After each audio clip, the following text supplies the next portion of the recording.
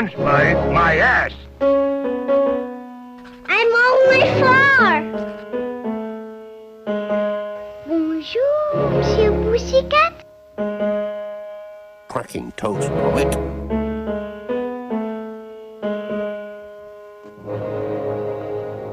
Start spreading the news. Hello, everyone, and welcome to the short podcast about short films. I'm your host, and we are discussing the Academy Award for Best Animated Short. Today's episode is about the 69th year of the award at the 73rd Academy Awards, which celebrates the films of 2000. Today's guest you last heard discussing Is It Always Right to Be Right and the nominees of 1970. Please welcome back our next entry into the Five Timers Club, Sam Meltzer. Hello, Sam. Woo, I love that title. That's so fun. I love how exclusive it seems. It's awesome. Yeah, I'm gonna get you a sports coat like they have on SNL and everything. It's Exactly. gonna be great. Awesome. But yes, welcome back, Sam. It's an honor to, as always, it's an honor to have you back on. Oh, thank you. It's an honor to be here.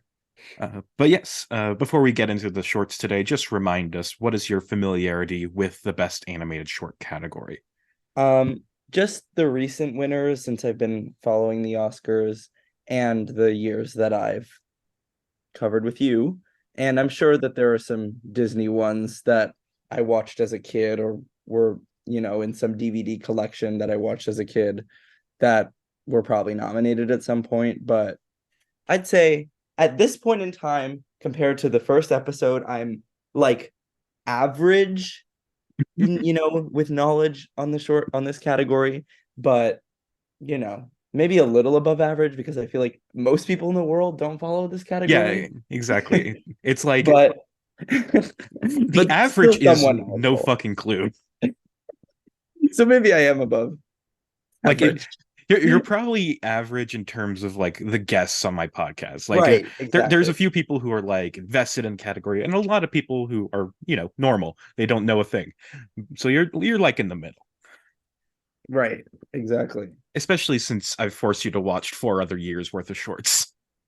Right, exactly. There you go. But yes, let's just get right into it. Let's get into the nominees. This year has 3 and will be the last year to have less than 5 nominees. Our first nominee and the year's winner is Father and Daughter, directed by Michael Dudok DeWitt. This is the second and final nomination in this category, as well as the first win for DeWitt, previously nominated for The Monk and the Fish in 1994. Since we last discussed him, he has both formed his own animation studio, which he uses to make his short films as well as commercials, but also does personal freelance work, specifically working with Walt Disney Animation, storyboarding for Beauty and the Beast, as well as animating on multiple projects, most notably Fantasia 2000. He also worked on another previous Oscar nominee, that being The Canterbury Tales, specifically animating parts of the Knight's Tale sequence. And after making today's nominee, DeWitt continued his career as most animators do, making commercials, lecturing, even writing a few children's books, and only occasionally making another film. However, DeWitt got the chance to make a feature film, Studio Ghibli's The Red Turtle. He got the job after French distributor Wild Bunch got in contact with Studio Ghibli, asking if they'd be interested in doing an international collaboration. Hayao Miyazaki responded by showing them Father and Daughter and saying the only other animation director he would want to work with would be Michael Dudok DeWitt. And the rest is history. That film earned DeWitt another Oscar nomination for Best Animated Feature, and I can't seem to find much about him after The Red Turtle. Perhaps he's taking a break for animation, perhaps he's silently working on something new, but I hope he's happy whatever he's doing. Going back to today's nominee, Father and Daughter is a bit of a change of pace for DeWitt, with the film departing from his usual inks and watercolors and instead using pencil, charcoal, and digital coloring processes. The film is about a father and daughter on a bike ride together. They stop for a moment and the father gets in a boat and rows away. The short follows the daughter through the rest of her life, always stopping by the spot where her father left her in case he comes back. DeWitt's Oscar acceptance speech was only 18 seconds long, and the shortest of that entire ceremony, and for that, the Academy gave him a flat screen TV. Sam, what did you think of Father and Daughter? That's hilarious. This was sweet. It was I loved that it, like, every shot was a silhouette. I loved how it played with shadows and reflections and lighting. It was very much reminiscent of a children's book in that way. As for like story and themes, it's pretty simple. But I did love the way it looked. I thought it was a nice, consistently toned short. But yeah, what most interested me was the artful style, and specifically the way it looked regarding a silhouette painting, and how, especially when there are like shots of the ground when someone's biking and they're biking next to trees, the shadow that the tree makes on the ground combines with like the shadow that the wheel of the bike makes into one. And it was kind of this, it was almost like it was almost contrasting it, but like synthesizing it at the same time. So yeah, I thought the style was very artful and interesting. Mm-hmm. Yeah, I really love this one too. And it's like while the story of it feels like a kind of a stereotypical kind of like animated short story where it's just like, oh, the father leaves and it's just like the child like wonders where he's been, and then like it eventually goes into this kind of surreal sequence or whatever. It's like it's a very typical kind of story that you would find in this category in terms of like Oscar wins and whatever. Or but yeah, I absolutely adore Michael Dudok DeWitt. His every single film of his is just so beautiful in terms of it, both in terms of like the simplicity of the drawings, but still just being so gorgeous. Like there's one shot in this where it's when the father is rowing away at the beginning, and it's like the daughter is standing up on the little hill that there's there, and the father is above her rowing away into the sea, Mm. and it's like you have the trees there still, and it's like it's such a genius shot to me, like to have that, because it's like, of course it doesn't really work like that in real life, but at the same time just like, oh god, it's such a great composition. I really Yeah, love that the shot. framing and the composition of all of it was brilliant. Yeah, It was and very well storyboarded.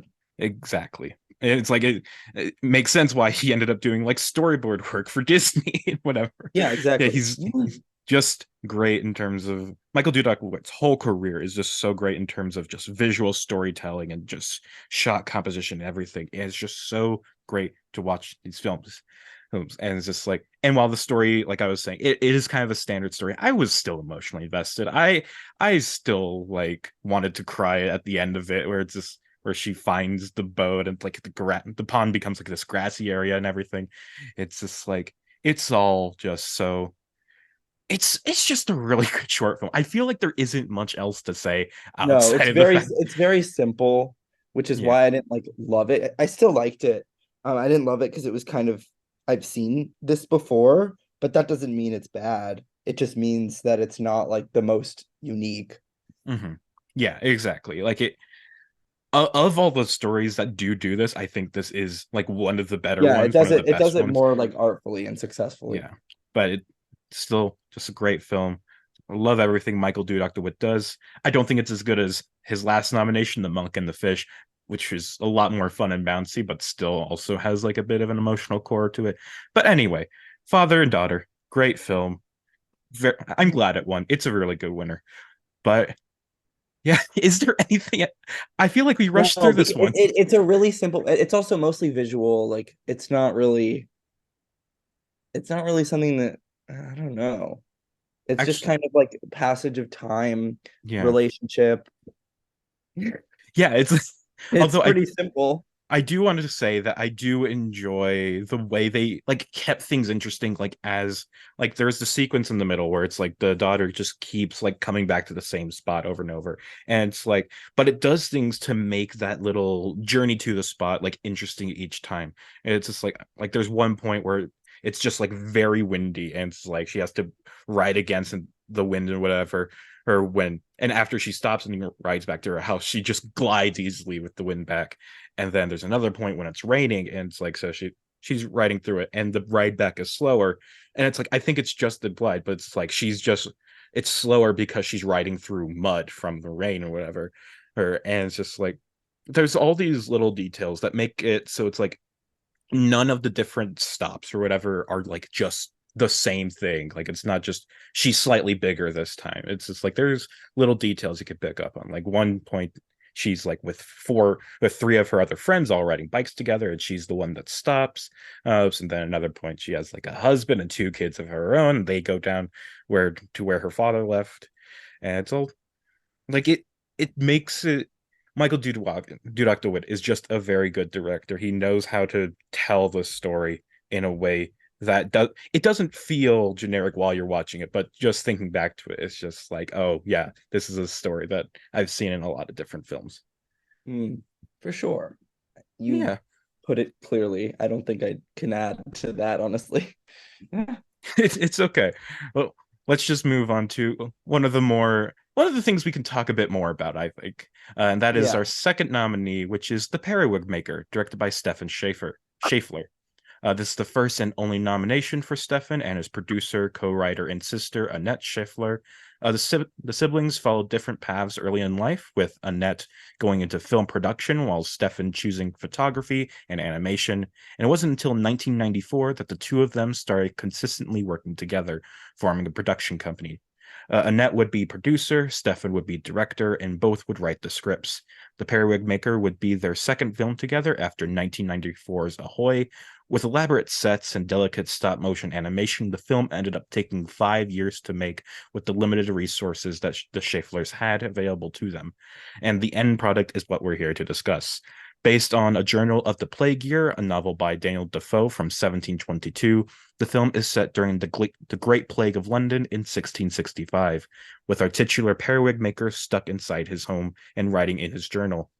He writes about his thoughts on the sickness while through his window he watches a young girl slowly succumb to the plague. So, by that description, one, you can tell it's already going to be very depressing short film, and Yes. two, you can tell there's going to be a lot of similarities to, COVID and everything. It's very timely. But it's just I really love this one too. I thought for it has just a great sense of atmosphere and dread, and just really it really knows how to bring you down. down. But Mhm. I I still thought it was just a very emotionally investing film, even though I was a little. It's narrated by Kenneth Branagh, and he talks through the whole thing, I and it's know. like I kind of tuned him out a little bit, even though some of what he says is a little bit important. But I was just more drawn to the visual storytelling it has, and like watching the periwig maker watch the girl outside his window and everything, and it's just like it's still emotionally fulfilling, I guess. I don't think fulfilling is the right word, but it's the word I said. Uh, but yeah, it's 15 minutes long, but it still just does a really great job of doing everything that it sets out to do in terms of just telling this whole story. And it's just, I want to say more about these shorts because I do really enjoy them, but I just don't have the words to say anything. Sam, Yeah. maybe you have more things you'd like to Yeah, I say. mean, the thing is, I liked it. I didn't dislike it. It's just there's something that doesn't really sit with me about like a stop motion animation film being about a literal plague, like from the 1600s. This isn't to say that stop motion can't be adult. I obviously don't think that. I just think that there's something weird about a plague, like the way the characters look being cartoonish. Maybe it like represents something. Maybe I'm missing some symbolic meaning here, but it was a little harder to take it seriously for me because I don't know, it was very dramatic and intense. I do love stop motion though. Like Yeah. I'll always give stop motion the benefit of the doubt because it's painstaking to go through that, and it always looks wonderful as it does here. I don't know. There's just something about it that was sat a little weird with me, making an animated short about a plague from the 1600s. I mean, I would say that like stop motion would be like the kind of the perfect medium for it, because it's like stop motion has always kind of inherently been like a bit weird and a bit like off-putting. And so to like set it in like such a dreary setting, I think the stop motion animation just adds to the whole dreariness. Like I think I think it would have been worse if it was like done in live action. Yeah, like I don't think Maybe. it could have Yeah. done a It lot of definitely it the. definitely has like an eerie, grounded feel to it. Mhm, It kind of threw me off. I didn't realize what it was about, but I did like that it was kind of whimsical and like him locking himself up and you really like being in his life and it being fantastical in that aspect where you're on a journey and it I don't know, something about like the secluded environment feels very personal and intimate and I mhm. appreciated that. I don't know, Yeah. maybe I was just thrown off by it. Yeah, it's like I don't think anyone just expects there to be a film about the Great Plague of London in the best animated short category that used to be dominated by Disney and Tom and Jerry and everything. But it's just there are some just really dark nominees and depressing nominees in this category that just kind of throw Yeah. you off guard. I was talking to you about some of them before we recorded, but yeah, this category can get very depressing. And I do want to point out the ending of this film. Like, Mm. so it's like as the girl that the Periwig maker he's been like watching her die, at one point she appears in his Oh yeah, room. like it's like a ghost. Yeah. And she basically says it's like I'm going to die tonight. And then she's like, you are you disgusted by me? And then it's like, fine, I'll die outside or die back at my house or whatever. And then of course the next day he's haunted by this, and then he sees her father carry out her corpse to the bring out your dead cart, which note, uh Monty Python has ruined that phrase for me. Bring out your dead. It's just like I can't take anything that does the plague stuff seriously because I just think about Monty Python. But still, I was still emotionally impacted by it. And then after that, um, the this is a really fucked up ending because the guy he goes to like the mass grave or whether they dump all the bodies. He finds the girl, and it's like you think it's going to be like a some kind of sympathy thing, like it's like, oh god, I should have been more nice to the people affected by the plague, but instead he steals her hair and makes a wig out of it, and then the last shot is him wearing the wig. And there's like this narration from Kenneth Branagh that's like maybe after this plague, in the next plague, it will unite us, so we just don't have our differences anymore, or something like that. Which, considering the plague we just went through, that didn't really happen. We just kind of got more and more divided, which is a bit lack of foresight on the animator's part. Mm. But yeah, Yeah, it had good sound too. oh yeah, It like I it felt love the like distinct in the way it established its environment. like it has very good sound design and everything, and the music. Wait, what's their music? I can't even remember. Might not have been music, I but think it it's, was more sound. yeah, but just the whole audio environment. I mean, like it's just Yeah. a technically it's just a very extremely well made film, and I'm very I don't even know what I was going to say there. I'm not proud to have watched it. I'm not really glad to have watched it, but it is a great film. It is well made. Yeah, it's well made and it's interesting. It just kind of threw me off and I don't know how much I take away from it. Yeah. It's a little in one ear out the other. Yeah, especially the narration. It's just he talks so much, and it's like I I actually know. watched it Maybe you could twice. just mute it. Yeah, you could mute it, and it'd be fine. I mean, it'd be like what? Well, actually, you don't want to mute it because you have the sound design and everything. So it's just like we need a cut that's Kenneth Branagh-less. Yes. Just We need a lot of things that are Kenneth Branagh-less. I mean, there's Did that slip out? Maybe, but I meant it. I'm so mixed on Kenneth Branagh because on the I'm one hand, not. I don't like him. I know, but it's like I there's a lot of his films that I really love. I love his like 90s Shakespeare movies, Henry V, and Hamlet, and all those other ones he made. Hey, it's like those are all really good. But then he makes so much trash. Like I hate his Thor movie. I hate Belfast.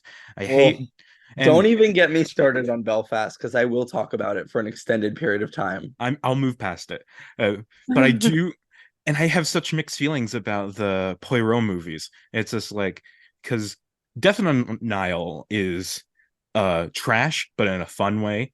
Murder on the Orient Express is just kind of mediocre, and then Haunting in Venice is weirdly good, but it's still kind of silly. But it's good. It's a good movie. I enjoyed it. It's a good time.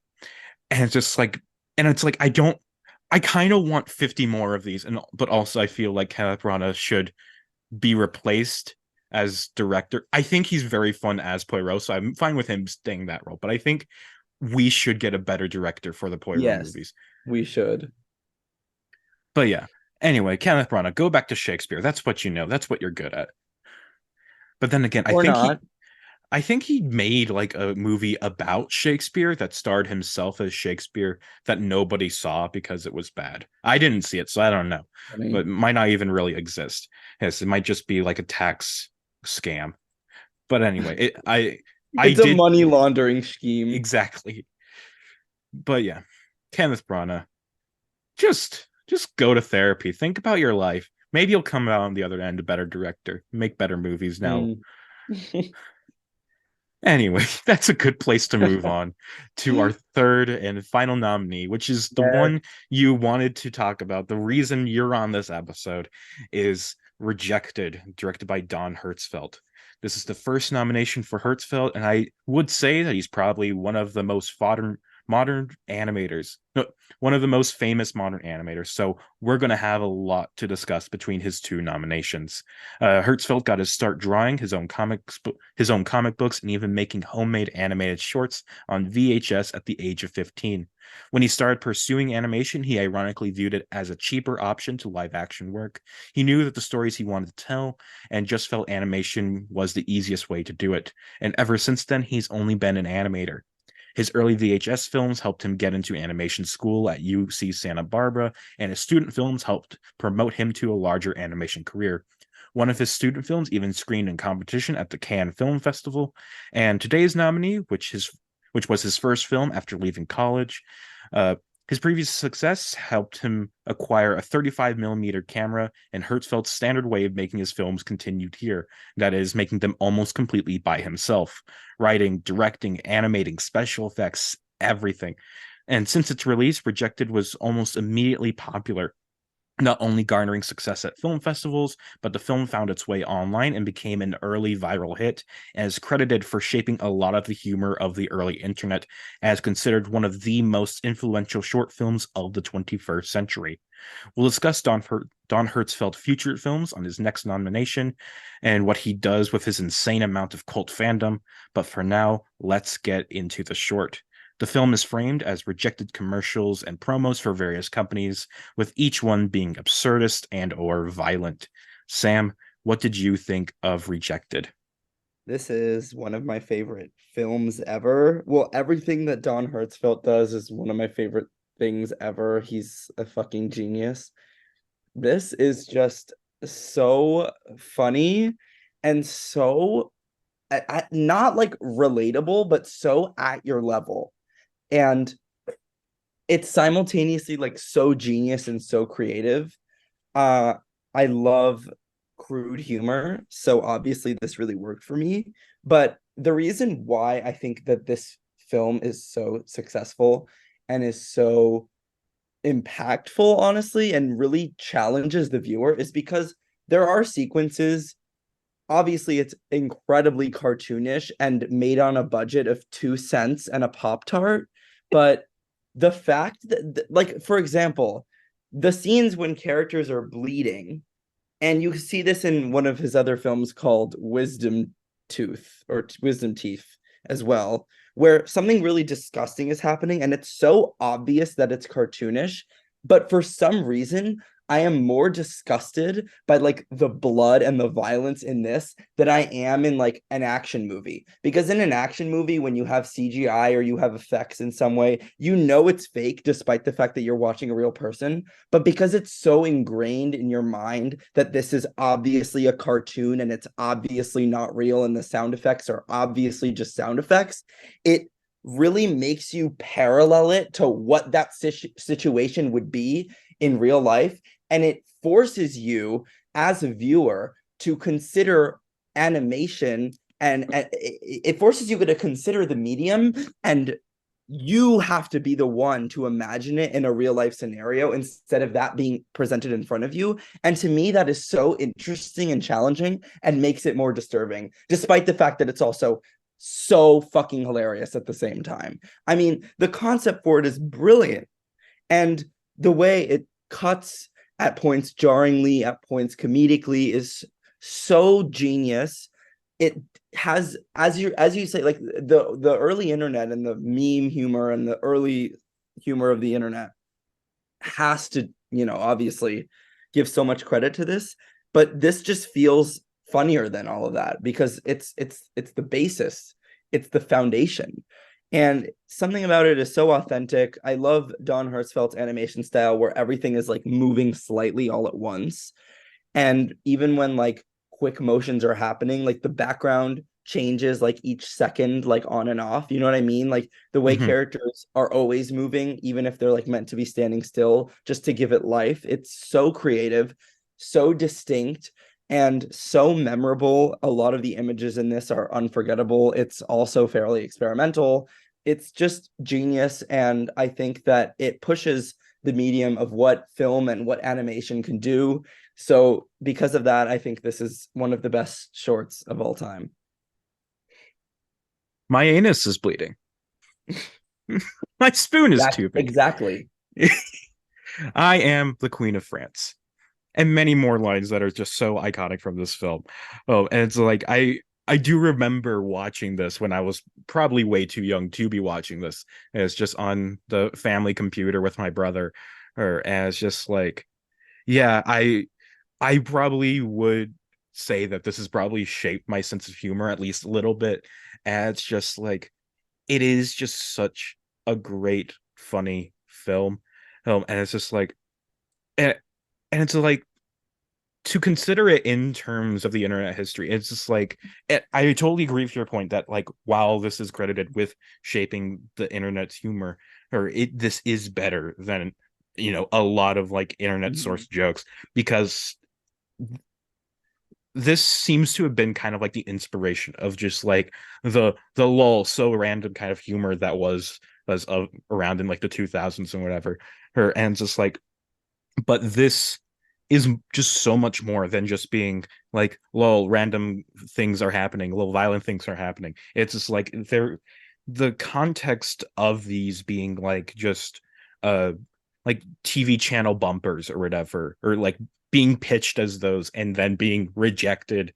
It is just like that just adds so much to these different segments. And it's like the little bits where it's just like you're now watching the family learning channel or whatever, or it's just like or the sudden pop-ups of like the products that they're meant to be advertising just makes it all so much funnier and adds so much to the bits that like just the little segments on their own make them better than just the individual segments on their own. Oh, and then just putting them all together. And of course, the ending to the whole thing, where it's just like the whole reality of all these films starts collapsing, and then there's a Mm-hmm. black hole that's sucking all the characters in. Like characters start to try and break out of the paper and everything. And it's like it reminds me a little bit of a previous Oscar winner, Manipulation, and which has a lot of the similar like paper crinkling effects in its work, but whereas that's like an animator versus animation kind of thing, and this one just takes it to a whole different level. Well, and just makes it even better than that entire film was. And this is just the ending of this one film, and it's just I like know. And it's almost meta. Like it zooms out and almost feels meta, like it's referencing itself, but it's also not. It plays with what animation is, it plays with what images are.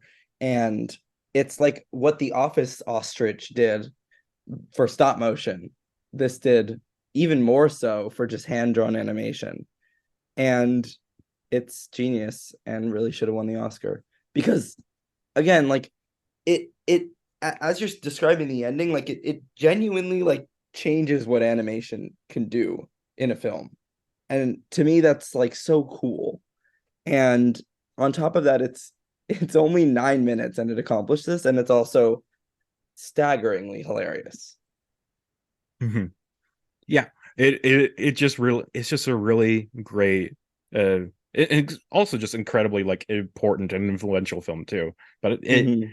it is also just great and hilarious and super iconic. Yeah. I think that's all we have to say, unless you have Yeah, anything else. watch it for yourself. It's an experience. All right. And now that we've gone through and talked about the only three nominees, like this episode's really short, I feel like. Yeah, But because all of the film they were all under like 15 minutes. mhm.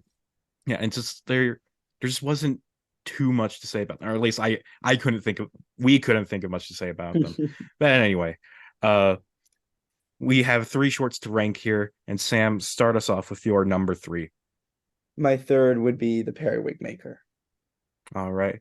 And I just want to preface my whole ranking by saying all three of these are just very close in my mind, and in terms of how good they are. All right.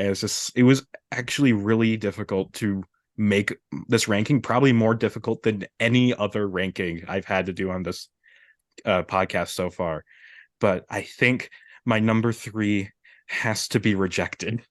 Why? I That's crazy. it's like I love all three of these films. I think they're all so great in their own ways, and it's just like I Rejected just doesn't like it doesn't move me in any way. It doesn't like I know they're like they each have their own goals, and I think Rejected doesn't meet his goals as well as Periwig Maker or Father and Daughter does in terms of me just feeling like what it wants me to feel. And it's just like while I do like enjoy a lot of the humor and I enjoy that ending, it's like it's still a great film.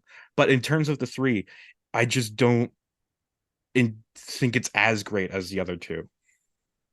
Hmm. And what's your number two? My number two is The Winner, Father and Daughter.